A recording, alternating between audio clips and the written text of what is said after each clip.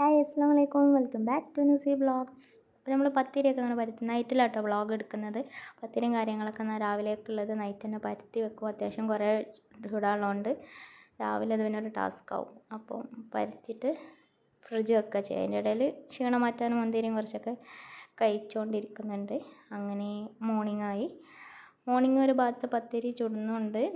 മറ്റേ കറിക്ക് ഉള്ള ചിക്കൻ ഫ്രൈ ആട്ടോ. ചിക്കൻ ഫ്രൈ അല്ല, ജസ്റ്റ് ഒന്ന് എണ്ണയിൽ മുരിച്ചെടുത്തിട്ടാണ് ചിക്കൻ കറി വെക്കൽ. അപ്പോൾ നല്ല ടേസ്റ്റാണ് ആ എണ്ണയിൽ വെക്കുമ്പോൾ.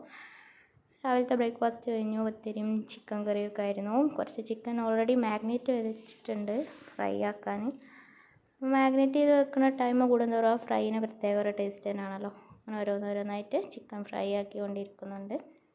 ഫ്രൈ ആക്കിയതിന് ഓരോന്നങ്ങനെ പോകുന്നുണ്ട്. അങ്ങനെ ചിക്കൻ കറിയൊക്കെ ആയി.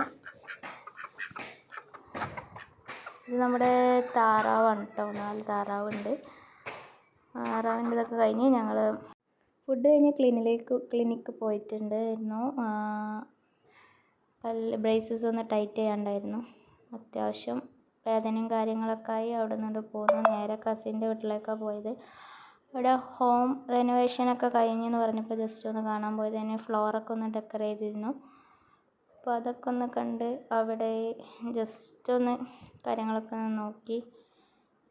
അത്യാവശ്യം കളർഫുള്ളാക്കിയാണ് മിററും കാര്യങ്ങളും ലൈറ്റൊക്കെ വെച്ചിട്ട്.